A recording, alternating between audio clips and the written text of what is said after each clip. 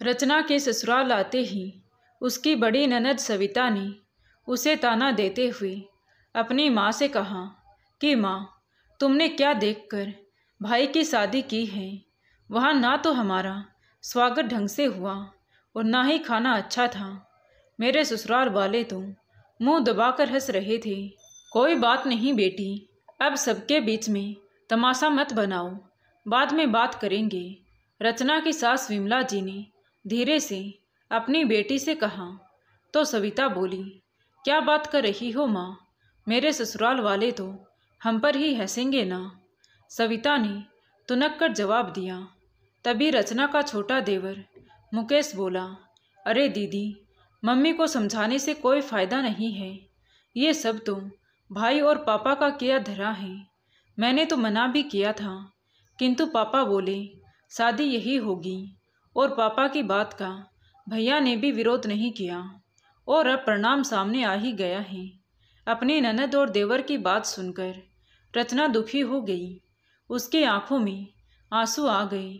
उसको याद आया कि जब उसके पापा ने रोहित के पापा से बात की थी तो उन्होंने यही कहा था कि आप जितना खुशी से कर देंगे हमें मंजूर होगा। फिर आज ये सब लोग ऐसी बातें क्यों कर रहे हैं। रचना ये सोच ही रही थी कि तभी उसके पति रोहित की आवाज़ आई, अरे सविता, अपनी भाभी को कुछ खाने को पूछा कि नहीं। देख रही हो माँ, भैया को भाभी की इतनी चिंता होने लगी। अरे अभी तो मैंने भी कुछ नहीं खाया है। कल वहाँ का खाना तो इतना खराब था कि एक निवाला भी गले से नहीं उतरा।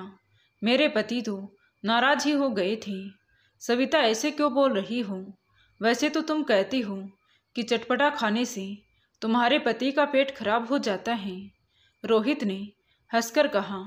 तो सविता मुंह बनाते हुए बोली, देखा मम्मी, भाभी के घर में कदम रखते ही अभी से भैया के सूर बदल गए हैं।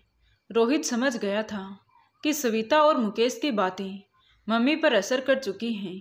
उसने गहनों में सजी घूंघट में छिपी अपनी पत्नी रचना की ओर देखा और चुपचाप बाहर चला गया। घूंघट के अंदर आंसू बहाती हुई रचना को अपने पति रोहित की बातें सुनकर तसल्ली हुई कि कोई तो है यहाँ उसकी फिक्र करने वाला। थोड़ी देर बाद रोहित की बुआ की बेटी सीमा रचना के पास आई और उसके हाथ में चाय और बिस्किट देते हुए बोली, लो भाभी, भैया ने भिजवाए हैं। बोल रहे थे कि अभी खाना बनने में समय लगेगा, तब तक यही खा लो। दीदी, मुझे भूख नहीं है, रचना ने दुखी मन से कहा। तो सीमा बोली, भाभी, भैया ने बहुत प्यार से भिजवाए हैं। मैं जानती हूँ आपको मामी जी और सविता दीदी की बातों का बुरा लग गया है। भाभी, इनकी बात पर ध्यान मत दो, ये तो ऐसे ही हैं। पता है, एक बार मम्मी को भी बहुत भला बुरा कह दिया था मामी ने, तब से वो भी यहाँ नहीं आती है। शादी में भी मुझे ही भेज दिया है। सीमा की बात सुनकर रचना बोली, पर दीदी, मेरे पापा ने तो अपनी हैसियत के हिसाब से सब अच्छा ही किया था। क्या खाना वाकई बुरा था? नहीं भाभी, खाना तो बहुत अच्छा था, पर जिसकी आदत होती है वो तो कुछ ना कुछ कमी निकाल ही देता है। अभी आप ये खा लीजिए और फिर कोई कुछ भी कहे, मामा जी और भैया तो कुछ नहीं कह रहे हैं ना। दीदी, मुझे आज डर लग रहा है, बस यही लगता है कोई कुछ कह ना दे, रचना झिझकते हुए बोली। तो सीमा ने कहा, अरे भाभी, परेशान मत हो, अभी मैं 2-3 दिन यहीं रहूँगी। किसी दिन मम्मी आपको देखने के लिए आएगी, तब मुझे लेकर जाएगी। तब तक आपको किसी चीज़ की ज़रूरत हो तो मुझे बता देना। वो दोनों बातें कर ही रही थी कि तभी विमला जी वहाँ आ गई और अपनी भांजी सीमा से बोली, सीमा, भाभी के साथ बातें करती रहोगी या फिर कुछ काम भी करोगी? बाहर जाकर देखो, खाना शुरू हो गया है, खाने के लिए कोई छूट ना जाए। मामी जी, भाभी ने भी तो कल से कुछ नहीं खाया है, उनके लिए भी खाना लगवा दो, सीमा ने कहा। तो विमला जी आंखें फाड़कर बोली, तुम्हारी भाभी इस घर की बहू है, जब तक बड़े नहीं खा लेते तो वो कैसे खा लेगी? ससुराल के कुछ तौर तरीके भी होते हैं तुम जाकर अपना काम करो। जी मामी जी। सीमा ने बहस करना उचित नहीं समझा और चुपचाप कमरे से बाहर चली गई। सीमा के जाते ही विमला जी अपनी बहू रचना के पास आई और धीरे से बोली, बहू, तुम अभी नई नई आई हो तो कौन कैसा है तुम्हें नहीं पता, इसलिए थोड़ा सावधान रहना। सब तुम्हें मेरे और इस घर के खिलाफ भड़काने की कोशिश करेंगे। तुम इनकी बातों पर ध्यान मत देना। रचना कुछ नहीं बोली, पर जब से आई थी सबकी सुन ही रही थी। रात हुई। रचना को सोने के लिए एक चारपाई दे दी गई। पिछली 2 रातों से जगी रचना को चारपाई पर लेटते ही कब नींद आ गई पता ही नहीं चला। अगली सुबह 5 बजे ही सासू माँ ने उठा दिया। बहू, ये तुम्हारा ससुराल है, जल्दी उठना सीख लो। आज उठा दिया है, आगे से याद रखना, घर में सबके उठने से पहले ही झाड़ू पोछा हो जाना चाहिए। विमला जी ने रोब झाड़ते हुए कहा तो रचना डरते हुए बोली, जी मम्मी जी, कल से मैं जल्दी उठ जाऊंगी। कहने को तो ये रचना का अपना घर था, लेकिन फिर भी न जाने क्यों उसे हर समय डर लगता रहता था। थोड़ी देर में उजाला हो गया और रचना भी नहा धोकर तैयार हो गई। अकेले कमरे में समझ नहीं आ रहा था कि क्या करे और कमरे से बाहर निकलने की उसकी हिम्मत नहीं थी। तभी उसकी ननद सविता कमरे में आई और रचना को गौर से देखते हुए बोली, भाभी, तैयार हो गई कि नहीं? जी दीदी, तैयार हूँ। रचना हल्की सी मुस्कुराहट के साथ बोली। तो सविता ने कहा कि यही साड़ी है आपके पास या कोई दूसरी भी है? लगता है सारे काम बस सस्ते में ही मिटा दिए हैं। अरे नहीं दीदी, मेरे पास और भी साड़ियाँ हैं, आप जो कहेंगी मैं वही पहन लूँगी। रचना ने प्यार से कहते हुए अपना सूटकेस खोल दिया तो सविता ने एक सरसरी निगाह सूटकेस पर डाली और बोली, ठीक है, यही पहने रहूं। और सुनो, आज आपकी पहली रसोई है। थोड़ी देर बाद रसोई में आकर खीर बना लेना, बाकी खाना घर की औरतों ने बना दिया है। इतना कहकर सविता वहाँ से चली गई।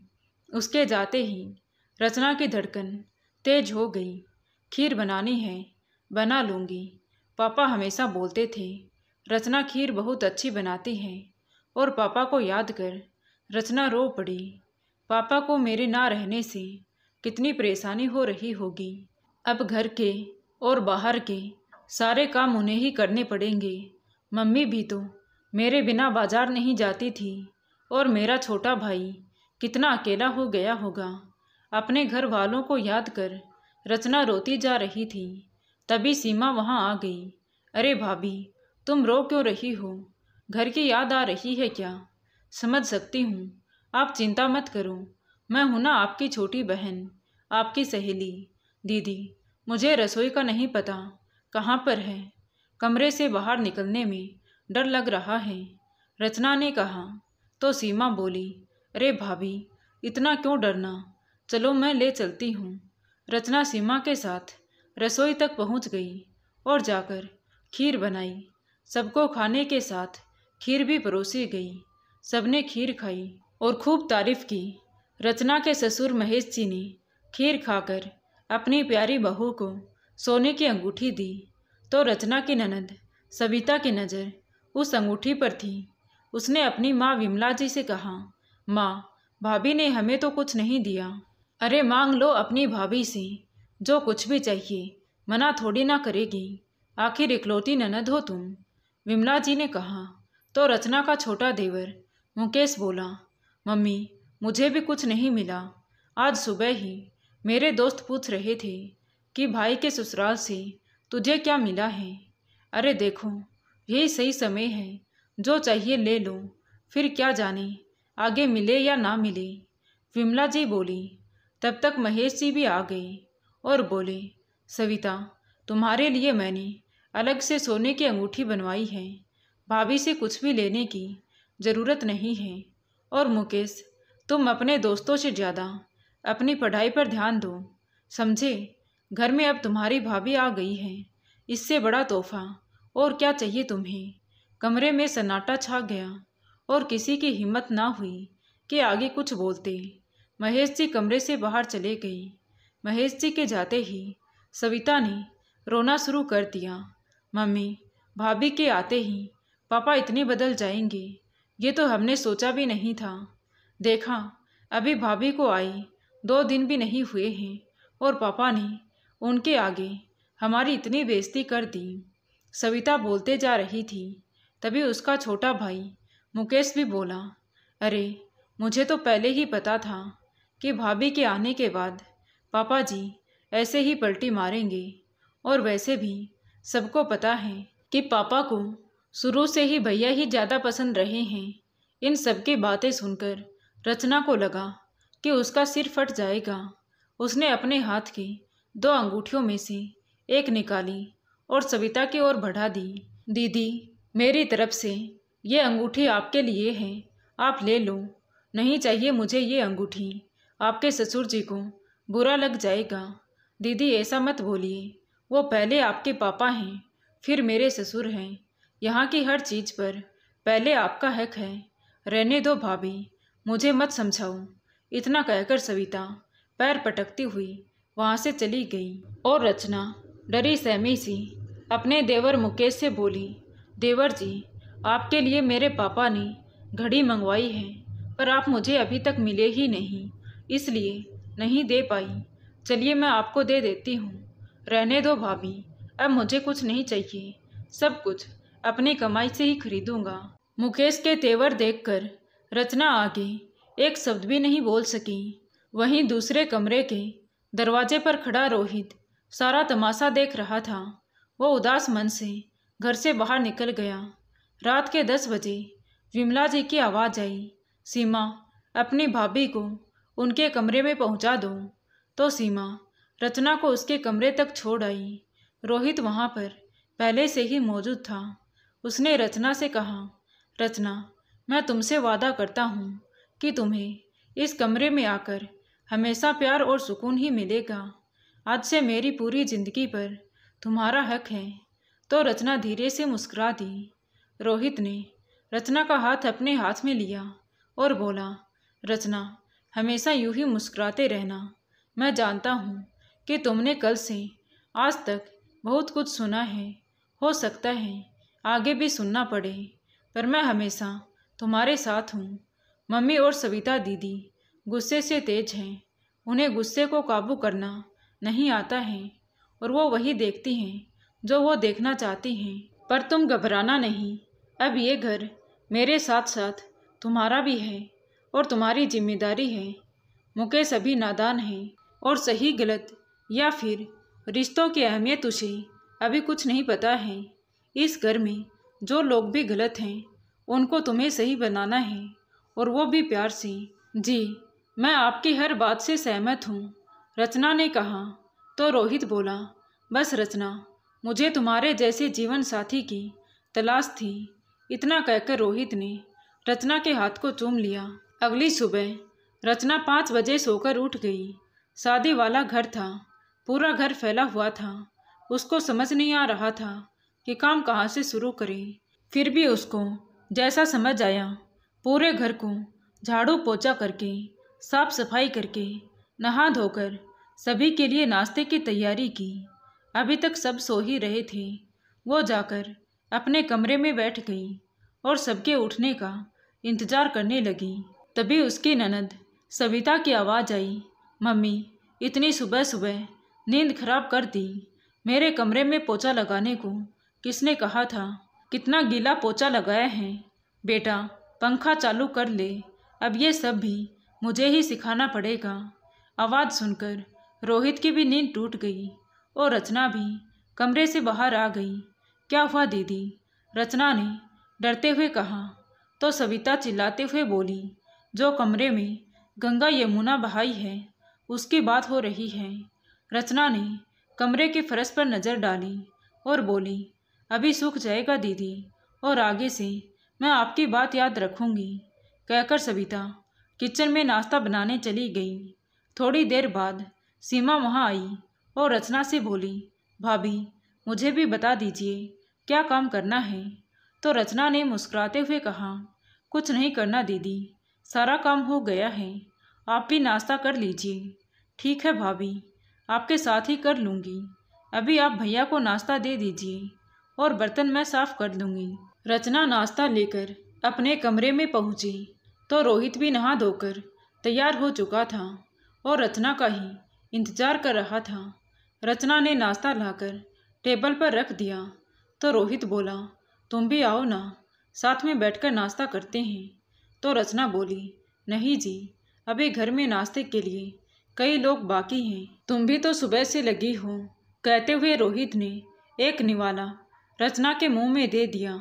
तभी वहाँ उसकी बहन सविता आ गई और बोली, भैया आपको पापा बुला रहे हैं। ठीक है, तुम चलो, मैं आता हूँ। सविता नीचे तो चली गई, पर रसोई में जाकर उसने अपनी माँ विमला जी के आगे हंगामा खड़ा कर दिया। देखा माँ, अभी हम भूखे ही पड़े हैं और भाभी वहाँ भैया के साथ पेट पूजा कर रही है। क्या करें बेटा, समय बहुत खराब है, समझ में नहीं आता इसको क्या क्या सिखाना पड़ेगा। तभी वहाँ रचना आ गई तो विमला जी उस पर भड़कते हुए बोली, बहू थोड़ी बहुत तो शर्म करो। ऊपर जाकर अपने पति के साथ खाना खाने लगी। यह भी नहीं देखा कि घर में बड़े लोग अभी भूखे बैठे हैं। आज के बाद अगर तुझे रोहित के साथ खाना खाते देख लिया तो मुझसे बुरा कोई नहीं होगा। नहीं मम्मी जी, मैंने खाना नहीं खाया, वो तो तुम्हारे बेटे ने ज़बरदस्ती एक निवाला दे दिया था।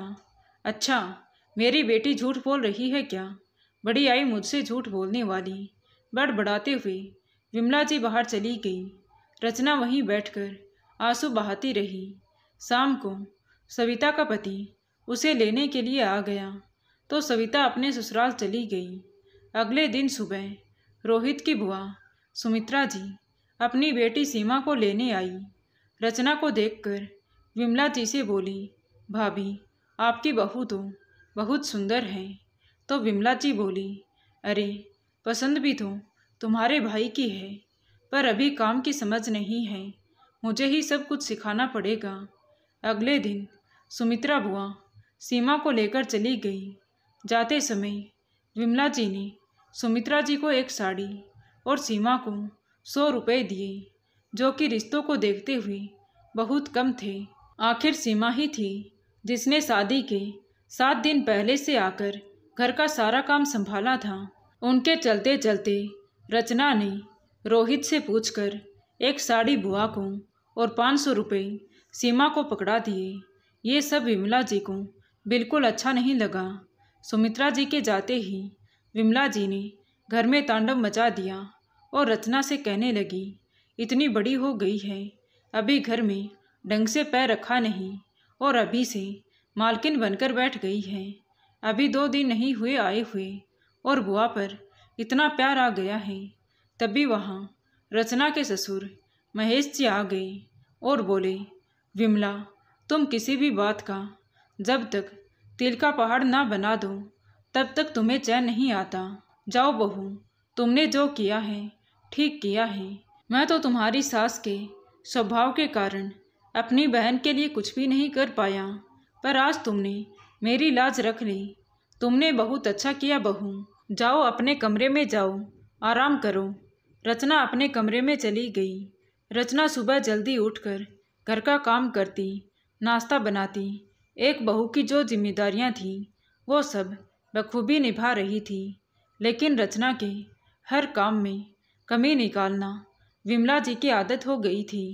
थोड़े दिन बाद रचना के पापा अपनी बेटी को लेने आ गए। पूरे घर में सन्नाटा पसरा था। रचना अपने काम में लगी हुई थी और विमला जी पड़ोस में गई हुई थी। तभी रचना को आवाज़ लगाते हुए सुबोध जी घर के अंदर चले आए। अरे पापा, आप आ गई। रचना दौड़कर छोटे बच्चे की तरह अपने पापा से लिपट गई। कितना इंतज़ार किया आपका, आप लोगों की बहुत याद आ रही थी। हाँ बेटा, तुम्हारे आने के बाद हमारा भी मन नहीं लग रहा था। तुम्हारी मम्मी तो तुम्हारे आने का एक एक दिन गिन रही थी। बाकी सब लोग कहाँ हैं? मम्मी जी बगल में चाची जी के यहाँ गई हैं और पापा और ये ऑफिस गए हैं। रचना के पाँव ज़मीन पर नहीं पड़ रहे थे। उसके पापा उसके घर पहली बार आए थे। खातिरदारी में कोई कमी नहीं रहनी चाहिए। अभी चाय नाश्ता चल ही रहा था कि तभी विमला जी आ गई। समधी जी को सामने देखकर विमला जी के चेहरे पर कोई खास खुशी ना दिखाई दी। नमस्ते जी, कैसे हैं आप? रचना के पापा सुबोध जी ने कहा तो विमला जी बोली, ठीक हैं। आप कब आई? बस थोड़ी देर पहले ही आया था। बहन जी, शादी में कोई शिकायत तो नहीं रही? सुबोध जी ने विमला जी से पूछा तो विमला जी मुंह बनाते हुए बोली, अब भाई साहब ये बात ना करें तो ही अच्छा है। अब जो होना था सो हो गया, अब शिकायत करने से क्या फ़ायदा। ये सुनते ही सुबोध जी चुप हो गए तो विमला जी बोली, आप आराम कीजिए, ये लोग तो शाम को ही मिलेंगे। जब तक अपनी बेटी से भी पूछ लीजिए, उसे तो कोई दिक्कत नहीं है ना। तो सुबोध जी ने मुस्कुराते हुए कहा कि नहीं जी, जब तक आप लोगों के साथ हैं तो उसे क्या दिक्कत हो सकती है। विमला जी अनसुना करके अपने कमरे में चली गई।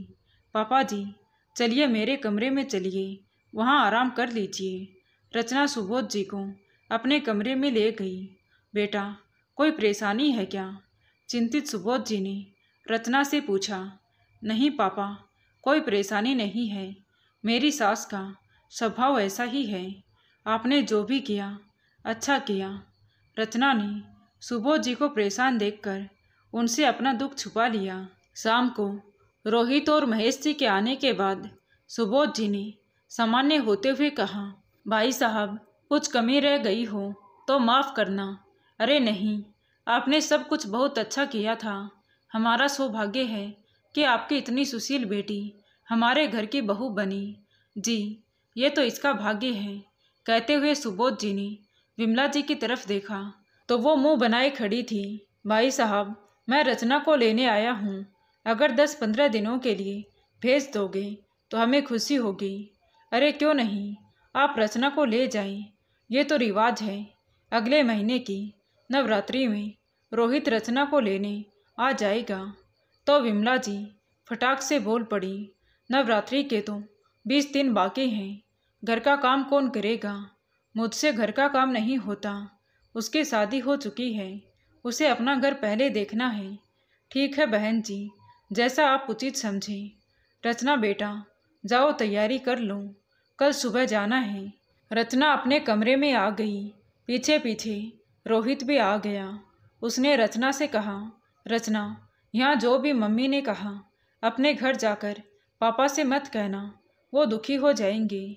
जी नहीं कहूँगी, विश्वास कीजिए। अगले दिन रचना अपने मायके आ गई। मम्मी पापा ने ससुराल में क्या हुआ जानने की कोशिश की, पर रचना अपनी बातों से एहसास दिलाती रही कि सब ठीक है। 10 दिन रहकर रचना वापस ससुराल आ गई। दिन ऐसे ही बीतते गए।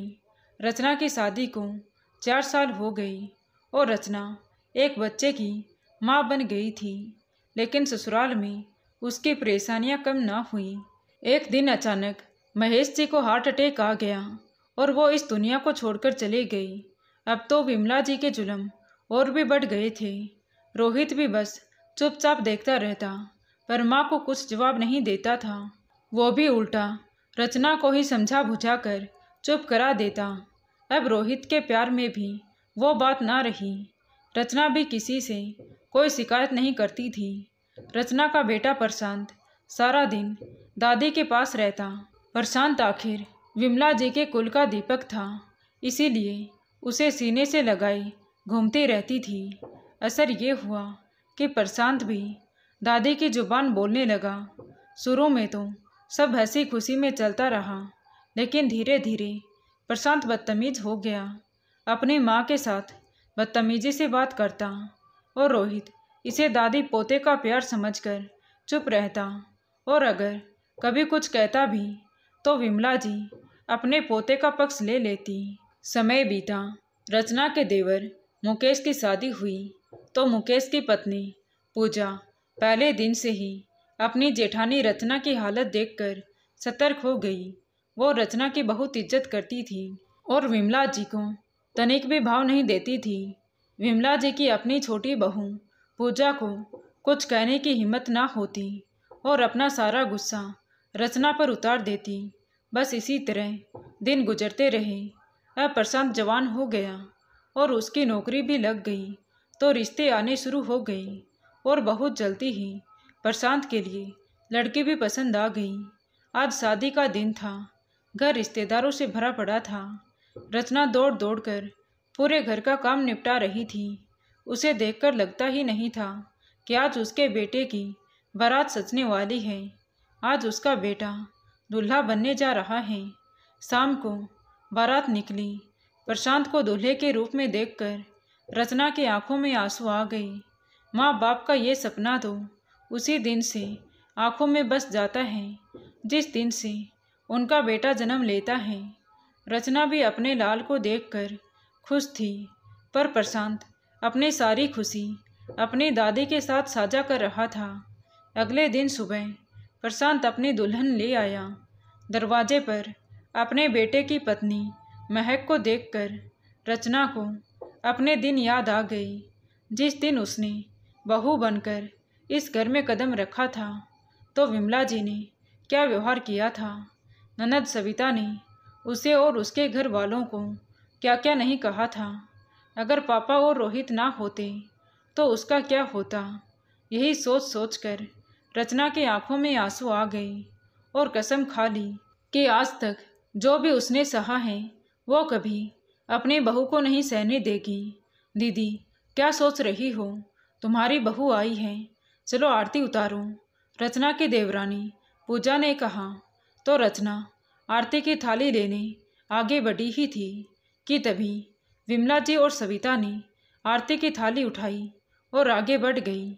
आज तो मम्मी भी दादी सास बन गई हैं, तो आरती मम्मी ही उतारेगी, सविता ने कहा। तो उसकी छोटी भाभी पूजा ने सविता को पकड़कर पीछे खींचते हुए कहा कि नहीं दीदी, अब ये सब नहीं चलेगा। ये हक रचना दीदी का है और ये काम वही करेगी, और आप भी कोशिश करें कि हमारे घर के मामलों से दूर ही रहें और हमें ही निर्णय लेने दें कि हमें क्या करना है और क्या नहीं। पूजा सोच समझकर बोलो, सविता इस घर की बेटी है। विमला जी चिल्लाकर बोली, तो फिर मम्मी जी, इन्हें भी ये बात याद रखनी होगी कि सविता दीदी इस घर की बेटी है, बहू नहीं जो हर बात पर टांग अड़ाने चली आती है। इतना कहकर पूजा ने अपनी जेठानी रचना से कहा, रचना दीदी सोच क्या रही हो। प्रशांत और महक दरवाजे पर अंदर आने का इंतजार कर रहे हैं। कहते हुए पूजा ने एक हाथ में थाली लेकर और दूसरे हाथ से रचना को खींचते हुए बाहर की ओर चल दी। विमला जी और सविता उन्हें देखती ही रह गई। रचना ने बहू की आरती उतारी और उसे अंदर ले आई। थोड़ी देर बाद रस्म पूरी होने के बाद रचना ने अपनी देवरानी पूजा से कहा कि पूजा, बहू के कपड़े बदलवा कर उसके खाने का इंतजाम करो। जी दीदी, कहकर पूजा जैसे ही आंगन की तरफ आई तो देखा कि प्रशांत विमला जी और सविता के पास बैठा हुआ था। पूजा को देखते ही प्रशांत बोला, चाची जी, मम्मी कहाँ हैं? क्यों, क्या हुआ बेटा? मुझे उनसे बात करनी है। उन्होंने बुआ और दादी से ऐसी बातें क्यों की? तो पूजा बोली, बुआ और दादी से बातें मैंने की थी, तुम्हारी मम्मी ने नहीं। तुम्हें जो पूछना है मुझसे पूछो।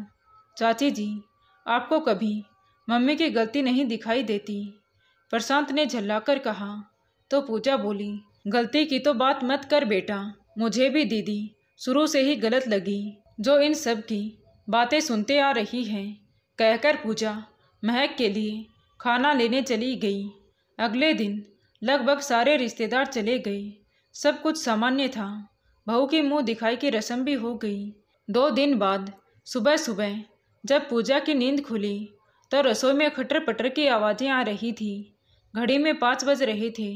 उठकर रसोई में गई तो देखा रचना काम में लगी हुई थी। दीदी, अब आप रसोई में क्या कर रही हैं? अब आपके आराम करने के दिन हैं, छोड़िए ये काम, अब से ये महक की जिम्मेदारी है, पूजा ने कहा। तो रचना बोली, अरे तो क्या हुआ? एकदम से सारी जिम्मेदारी डालना भी तो ठीक नहीं है। अभी अभी तो शादी हुई है, नई नई आई है, फिर अभी से उसे बंधन में क्यों रखना।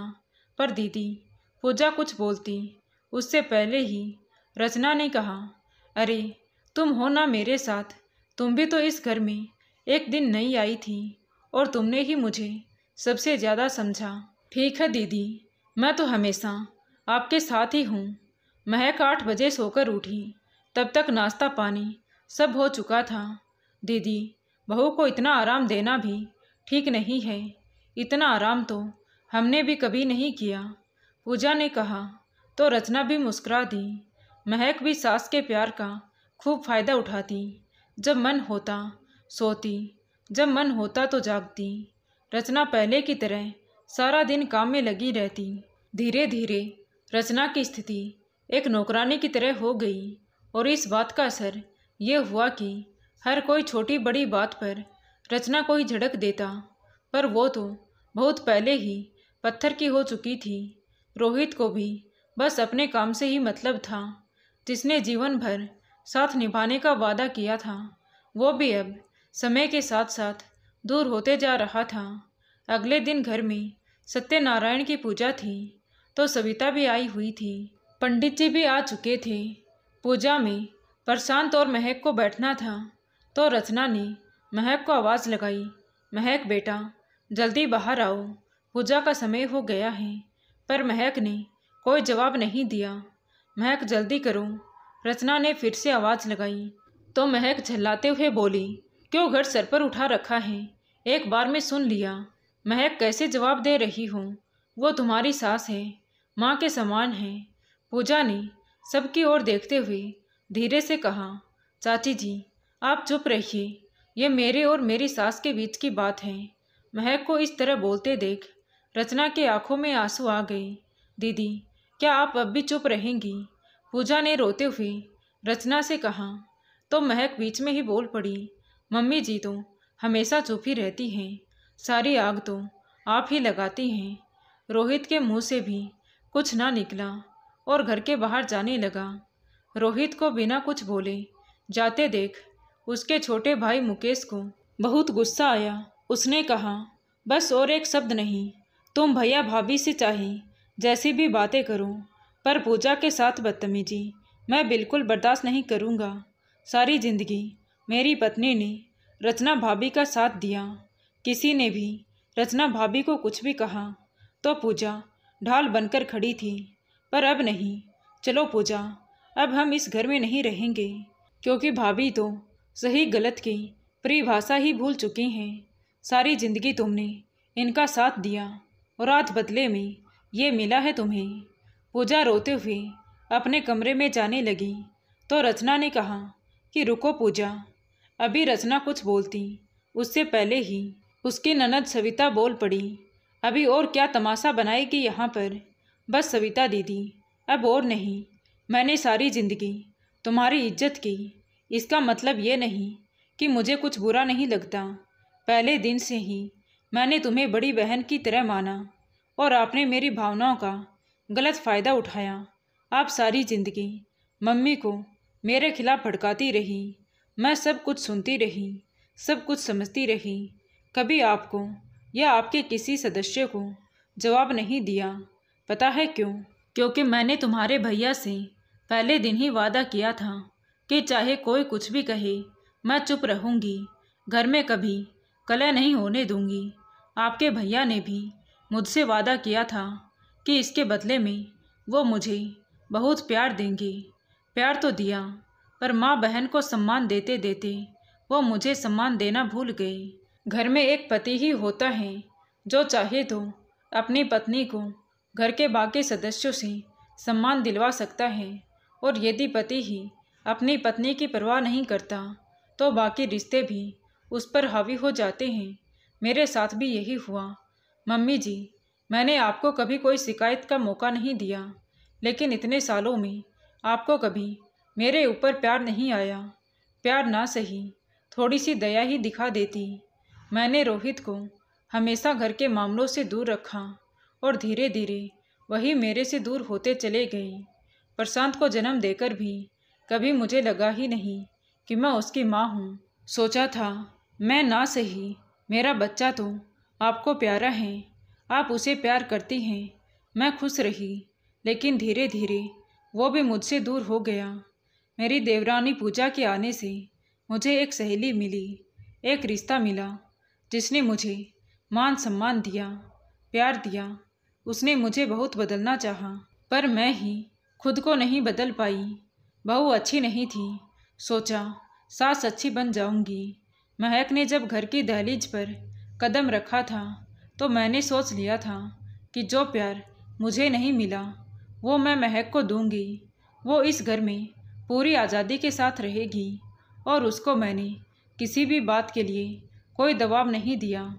मैंने कभी भी उसको बहू नहीं बेटी समझा है, पर उसने भी मेरे प्यार और मेरी सोच का गलत फ़ायदा उठाया। आज उसने तेज आवाज़ में बात करके ये साबित कर दिया कि मैं तब भी गलत थी और आज भी गलत हूँ। जब मैं बहू थी तो सास की नज़र में गलत थी, और आज जब मैं सास हूँ तो बहू की नज़र में गलत हो गई। नहीं मम्मी जी, हर बार गलती मेरी नहीं है, अब बस बहुत हुआ। मैं तुम सबके लिए कठपुतली नहीं हूँ जो तुम अपने इशारों पर मुझे नचाते रहोगे। रचना की बात सुनकर उसकी ननद सविता बोली, देखा मम्मी, बरसों बाद जुबान खुली है तो कितना जहर उगल रही है। बस सविता, बहुत हुआ, आज तक मैंने कुछ नहीं कहा। रोहित ने कहा, जो कि दरवाजे के पीछे से रचना की बातें सुन रहा था। रचना, मुझे माफ़ कर दो, मैं तो अपना वादा भूल गया था, पर तुमने अपना वादा बखूबी निभाया। फिर रोहित ने अपने बेटे प्रशांत की ओर देखते हुए कहा, प्रशांत, आज भी पूजा में तुम दोनों नहीं बल्कि मैं और रचना बैठेंगे। तभी रचना पूजा का हाथ पकड़कर लाई और बोली, आओ पूजा, तुम दोनों भी हमारे साथ पूजा में बैठोगे। तुम्हारे बिना तो मैं कुछ भी नहीं हूँ, चलो बैठो यहीं पर।